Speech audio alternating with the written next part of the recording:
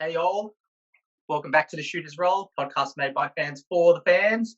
And I'm D-Swizzle, and welcome back. On the panel for tonight's episode, we've got T. How's it going, T?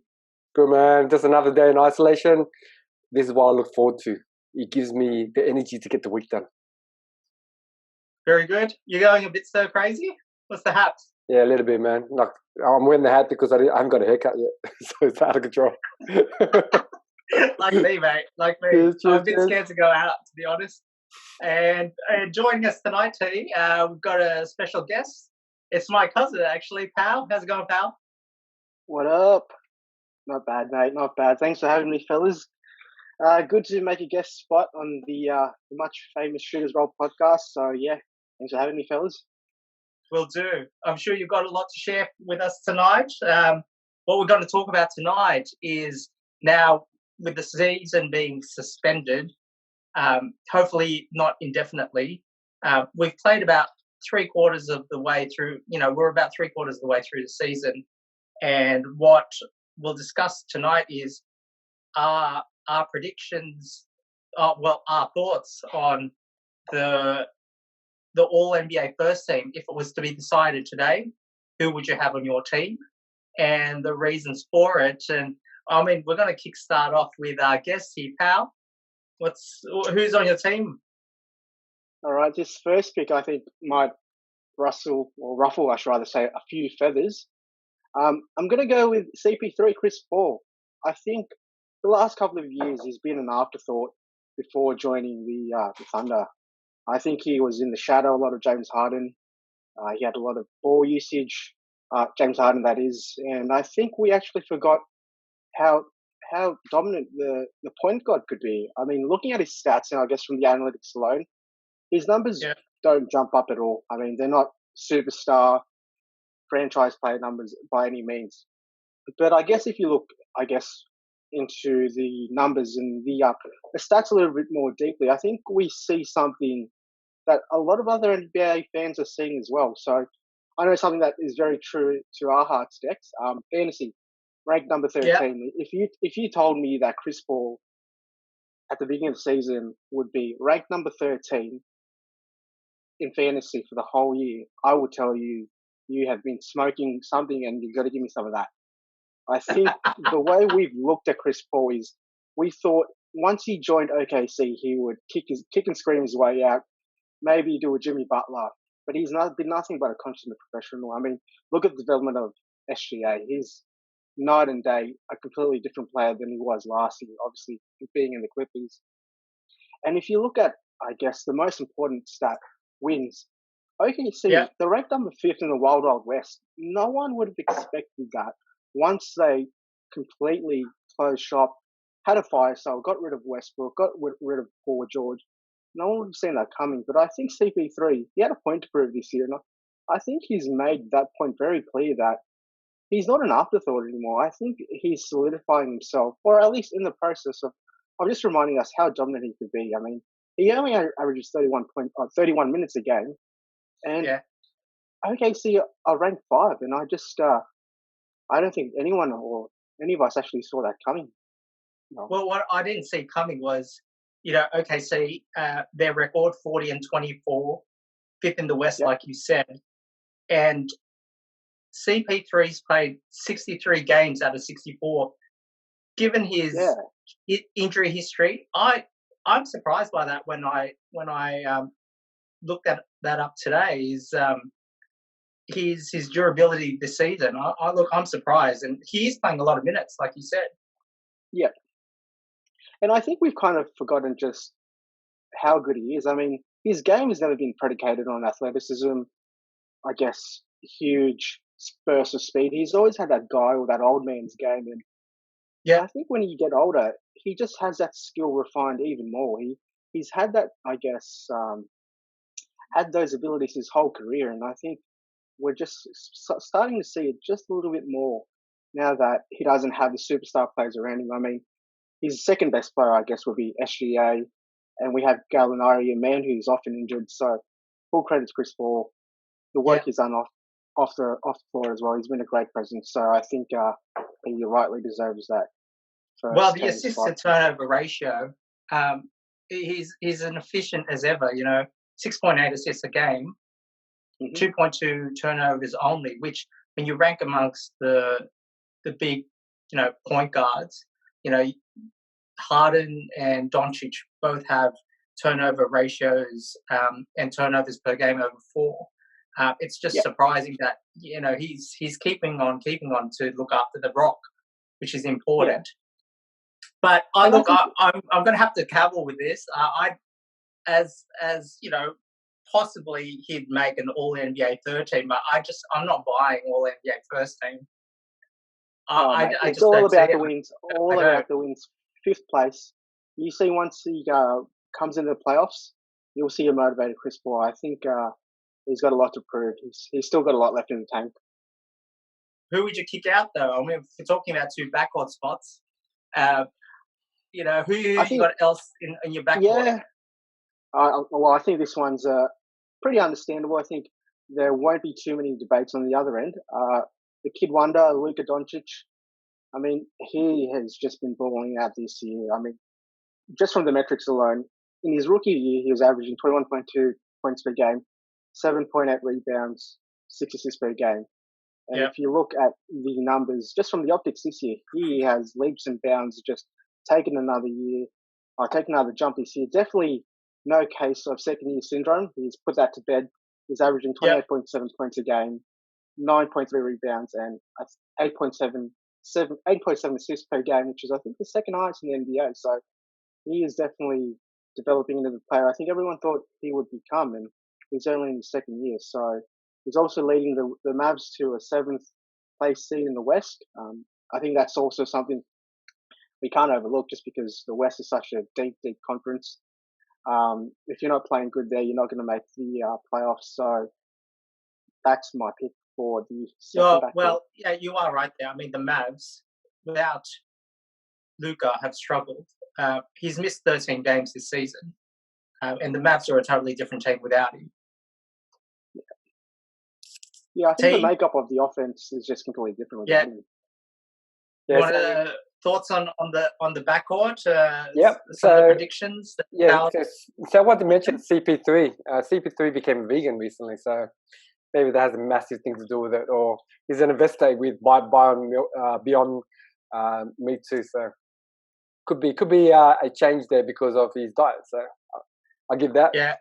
In terms of he wouldn't make my first team because like how can you kick out Dame Time? Dame Time. Yeah. So he's been ripping up the league. So I guess my starting 5 would be about who put the numbers up first. That's the main thing, and then I guess wins will come in later.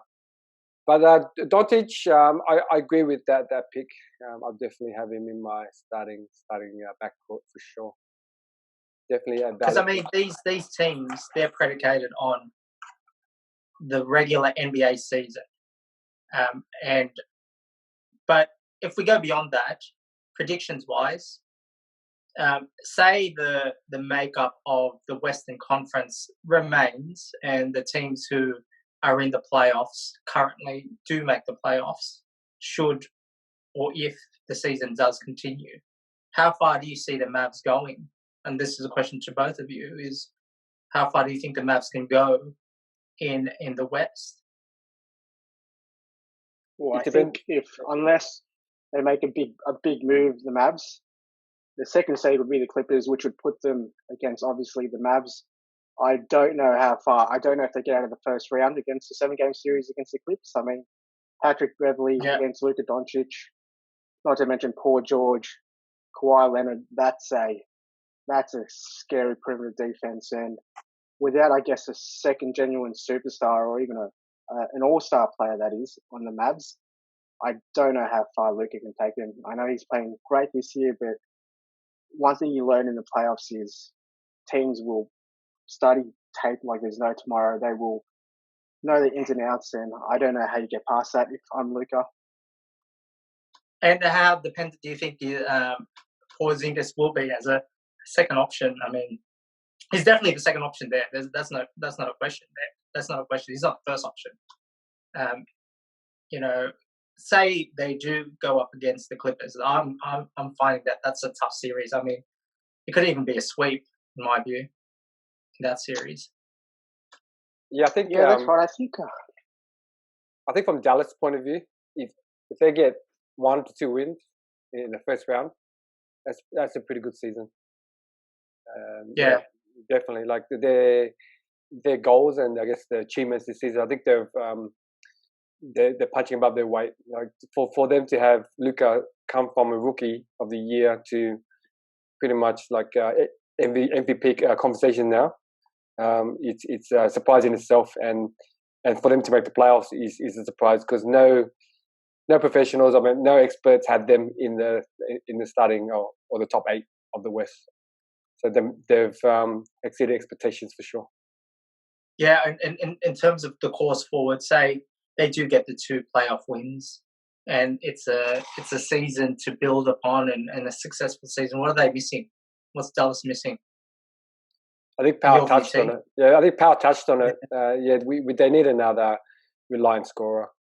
They need a second, they need a second All-Star, and then hopefully Porzingis becomes a fringe All-Star or an All-Star the year after.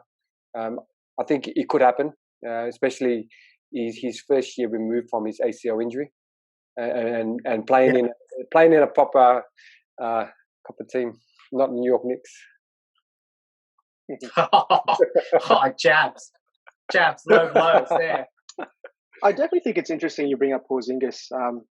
He definitely has the potential to be that second scorer / superstar, but as T mentioned, it's his first year post the ACL surgery, so I think it's a little bit unfair, I guess, if he has that pressure to, I guess, perform to that level that we expect of him, I guess, against the Clippers team. So I think if he's healthy, I think there may be one piece, maybe a 3-and-D player, maybe a reliable scorer. And I'm not too sure even how their bench is going at the moment. Maybe I don't know if Tim Hardaway Jr. would cut it as the third option. I mean, I kind of like Seth Curry, but he's a bit he needs some development, I think. But I think just prior to, when Luka went down with an injury, he did step up there just prior to the pause of the season, and I think there's some good signs there for Seth Curry, but it needs to be more consistent. We need to see it a little bit more, and defensively, I think they leak points. They leak points quite noticeably, and I just don't see that they really do need that third, fourth option to be solid options in terms of moving forward. Yeah, it's up to Cuban, like where he wants to go. Like if he wants to make Steph Curry the main man, they have to give him time. They have to give him minutes and develop him. And then with Porzingis, I think if he wants max money, then he has to be an All-Star. And if he's not, he has to be held accountable. And then if they have an option to trade him for someone that's more liable, then that's something that Mark Cuban, I guess, and the Dallas front office need to work out. For them to work out where the future is, who they're going to invest in, and push forward with that. In terms of a first-round playoff meet with the Clips, I think Porzingis definitely has the advantage there. I mean, there's no notable big man centers in the Clippers. You got Zubac, but I mean, I think Porzingis can run rings around him if he's healthy, and he's definitely got a height advantage over Harrell. So, I mean, in terms of a focus point, I mean, that's something to exploit. But all round, though, the Clippers look tough, and transitioning into the postseason, teams look different to the regular season. They start putting on, their game faces on, death lineups like GSW has in the past few years. It's a different ball game. Yeah, exactly right. Yeah, but the point of Porzingis like dominating his matchup, he doesn't really use his height in terms of post up. The post up is dead now in the NBA. Yeah, like he's just a rim runner, and they don't play the post at all. Like I remember Rick Rick Carlisle came out, said that Porzingis is doing his job. Like there was criticisms for him not posting up using site by I think Charles Barkley or one of the guys on TNT.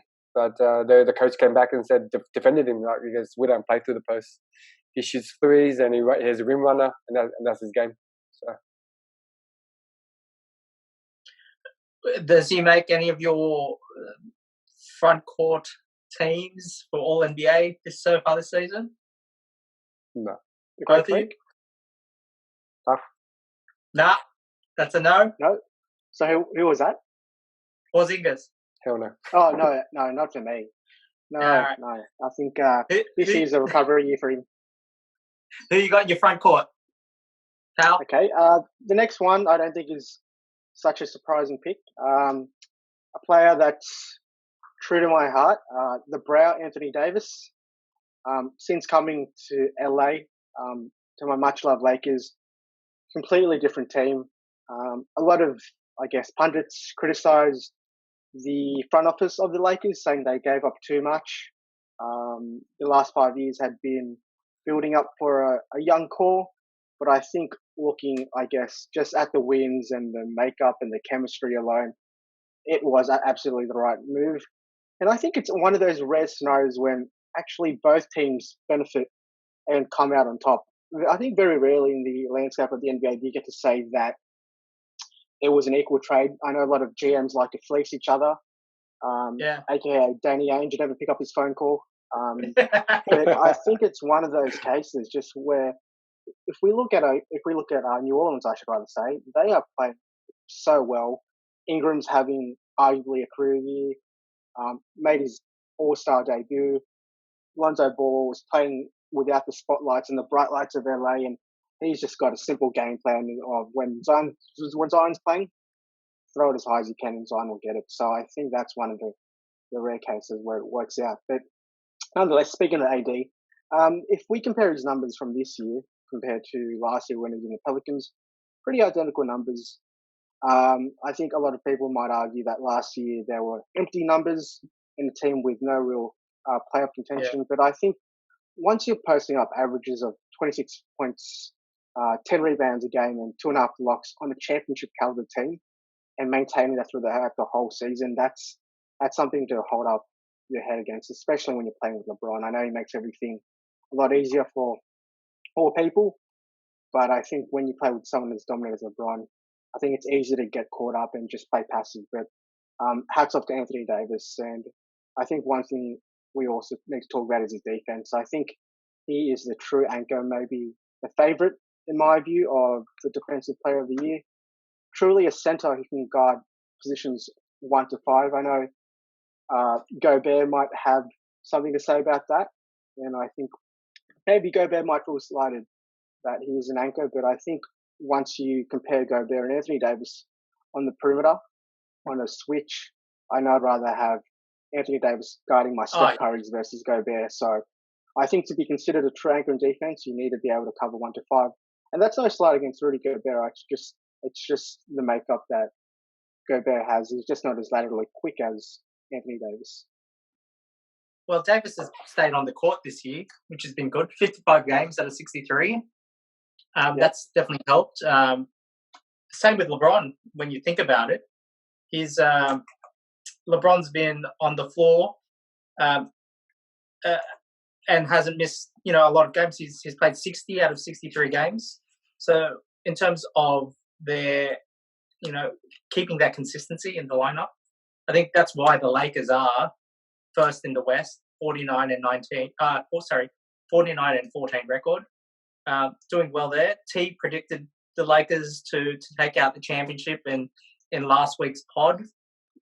He stuck by that prediction that they'd win the championship, and knowing that you're a Lakers fan, pal, I think that you're smiling ear to ear about that prediction. That's music to my ears. We've got one other smart person in this podcast, so that always helps. I don't know if you should be on this podcast anymore, pal. Maybe I do executive orders there and not have you on anymore. But they are doing well, and that's undisputed. First in the Wild West, as you said earlier, they're doing well. Now tell me, does LeBron make your All-NBA first team as a front court position? Absolutely. He's actually my MVP for this year. Bit of maybe Wow. confirmation bias, but I think LeBron, again, another man with a chip on his shoulder. Pundits called him the Wash King. A lot of people thought he was done, but you look at this year, I think we've just run out of superlatives for LeBron. He's leading the league in assists at 34, 35 years old. Everyone says father times undefeated, but he is putting it up an absolutely great fight.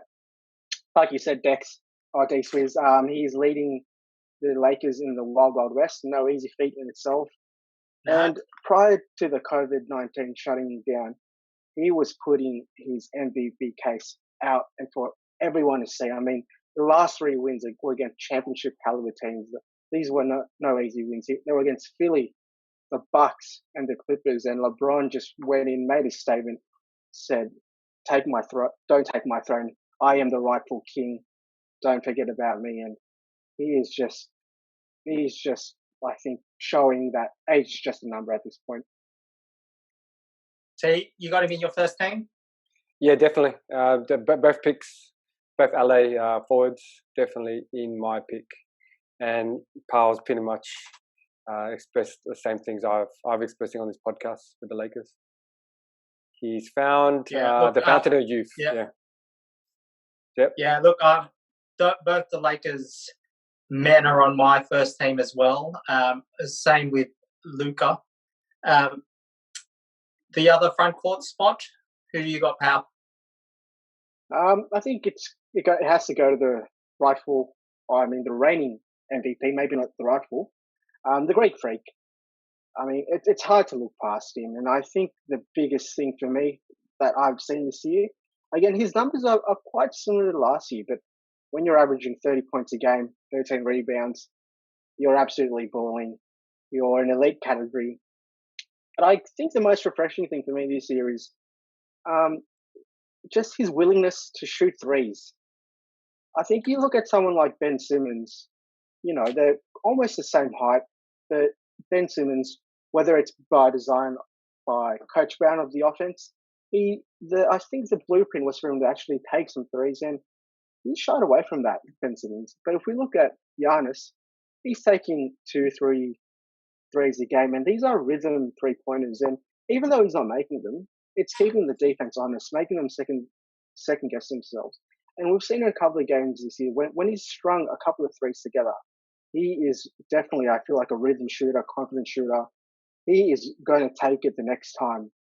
If you drop down on him, he will take it. And granted, he might not make them all, but I definitely think that's the first step on the next development of his game, which is obviously the jump shot. Yeah, look, he is taking a lot more threes this year.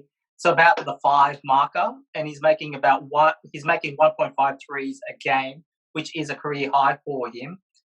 They've definitely given him the license to shoot at Milwaukee, and I think he'll shoot through the struggles. And I think for all, that's only going to make him better in the long run if the coach can trust him to take the volume shots, because the more you take, the more you'll make. It's just numbers based on that, and good on him. Look, I still have him as the front runner for the MVP prize over LeBron, and the Bucks do have the best record in the league at 53-12, but they are in the East. It's not the Wild West. Look, all your front court predictions, they're mine as well for the All-NBA first team. LeBron, AD, Giannis would be my front court as well. You got a different opinion on that, T, or you concur with that as the front court? Yep. I concur with that. I've been saying that Giannis is the MVP, so he needs to be in the All-NBA first team. Yeah. So the only one I'm going to put in there that I disagree with as a first teamer is CP3 on your predictions, pal. I would put in Harden there as well. I mean, nobody likes. Not a lot of people. The majority don't like watching Harden play, but the numbers certainly point to MVP numbers at 34.4 points a game. He's still shooting very well at 43.5%, 4.4 threes, 86% from the line, 6.4 rebounds, 7.4 assists, and 1.7 steals. Who says he doesn't play defense? He's a thief. He's a bloody thief. Look, I think those numbers, they're still gaudy numbers. Call it what you will about everybody else taking a back seat on the Rockets team and letting Harden do his thing, but I still think it merits, those numbers alone merit All-NBA first-team selection. And if you're going to get onto me about winning percentage, Pal, the Rockets do have an equal record with the Thunder, and are just underneath them at 6th in the West. So I do think that in terms of, if we're talking about pure win percentage, the Rockets are there, and I think James merits not only All-NBA first team credentials, but a significant look in as the MVP this season. And I'm not just saying that because he is on my fantasy team and he's been carrying me all year. But I think the numbers alone merit that and the win percentage. But that's my only qualm about your All-NBA first-team selections, pal. I think Shaquille O'Neal might have something to say about that Harden pick, so maybe I'll let him have a few words with you. But I think I'm happy to converse with Shaq anytime he wants to come on the Shooters Roll. Would definitely welcome him as well. In terms of those players, who do you have as knocking on the door? Who did you have to give serious consideration to about the first team and why? I think we can't overlook the Claw, Boardman, fun guy, the reigning Finals MVP, Kawhi Leonard.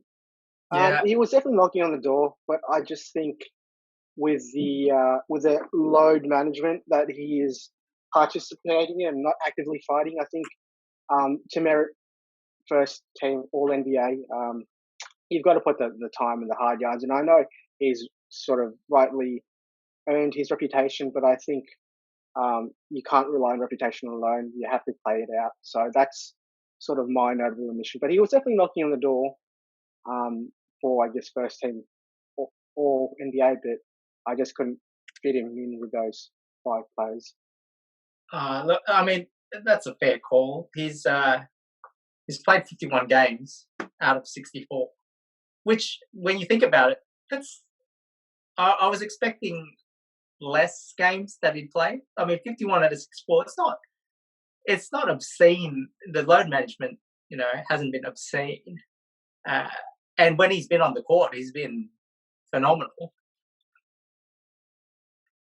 Yeah, that's a good point. I mean, I think the load management will always be a hot topic for everyone. Yeah. I know the Commissioner David Stern might have some words about that, and especially post-COVID, I guess, how the NBA landscape resumes. I wonder what David Silver's stance will be on that. Adam Silver. You're talking about... Adam Silver, sorry. Yeah. Adam Silver, sorry. Yeah. Poor choice of words, but in terms of wanting to rest actively and with the amount of revenue that's been lost through the suspension, I wonder if we see a change of attitude from Mr. Silver. So I wonder if he taps Kawhi on the shoulder and just asks him to play a couple more games on the TNT games. T, you got a view on that? Yeah, so what I was saying was he's pretty much the epitome of load management. He's been load managing the last 2 years. It's worked out fine for him, right?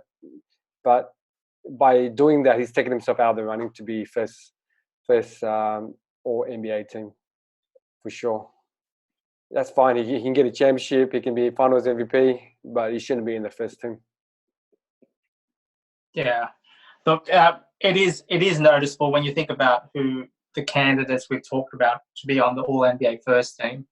They've all played significant games, and even AD and LeBron, who I didn't expect to play as many games as they would have this season, have been playing more games than Kawhi. So it is notable, and it's when you get to the pointy end of the elite of the NBA, and trying to fit 5 players into an All NBA team, it's always going to be a struggle, and there's always going to be debate rage. But from what I've gathered, the standouts, the elite people, the elite players, we've all noted to be on the All NBA first team. Notable shout-outs, I've got a couple. T, you mentioned it, one candidate earlier, Damian Lillard. Yep. He's been playing outstanding. I think the only criticism of Dame, and I mean this is not on his back alone, is that the Portland Trail Blazers are only 9th in the West.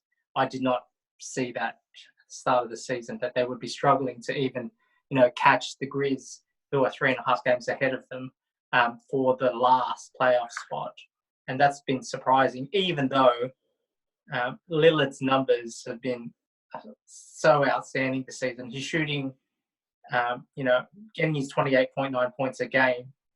He's shooting a career high at 45.7% from the field. And the other career high I noted, 7.8 assists a game. And that's something else. As well as his clutch credentials, he's been a phenomenal player, and I'd give him a shout out to be knocking on the door for that first team this season. Any other notable people any other notable players you guys got? As in knocking on the door? Not really. Yeah. Not really. Like I think with the people we've spoke about, I guess in my opinion, is the ones that are closest to be on the NBA All First team. There's a massive gap for me between all these players we mentioned and the second teams for sure. Yeah. Pal, what do you think, Pal? I think we've covered them. The only one I can maybe just think off the shelf, and I wouldn't even say it would be a loud bang on the door, maybe more of a little whimper on the door, would be the process, Joel Embiid. I think he's always in contention, and I think he's really putting an effort to dispel the reputation he has of being sort of a very, I guess, almost like a biscuit of a player, often injured. So I think he's doing his best to sort of maintain his durability and just make sure he's getting, I guess, as many games as he can across. Yeah. I got one more to throw out, and it's also a bit of a little light pat of the door. Trae Young, the Iceman. Yeah. Numbers wise, beautiful numbers, gaudy numbers. His game's a thing to behold as Steph Curry 2.0, but with the Hawks record, I don't know if there's much credential into calling him onto the first team. I actually had him, I guess, on par with CP3 as my pick that would make, I guess, a couple of heads turn, but I just couldn't go by CP3's overall win count. So that's sort of what's given him the nod. Yeah. Well, fantastic discussion, guys. It's been good to have you on the show, pal. And look, hopefully, fingers crossed, the season will continue and we will get a end result with the winners. Now, to our listeners out there, we'd love to hear your thoughts on who you would pick on your first team. Any disagreements you have of our suggestions to make the first team, drop us a line on our email account, follow us on the social media pages on Insta and Facebook, and look forward to hearing more of our episodes on the podcast through Apple and also on Spotify and viewing us on YouTube. Until next time, guys, take care of yourselves. Be well during these challenging times, and hopefully we'll have some more live basketball to discuss shortly in the future. But until then, it's been good seeing you.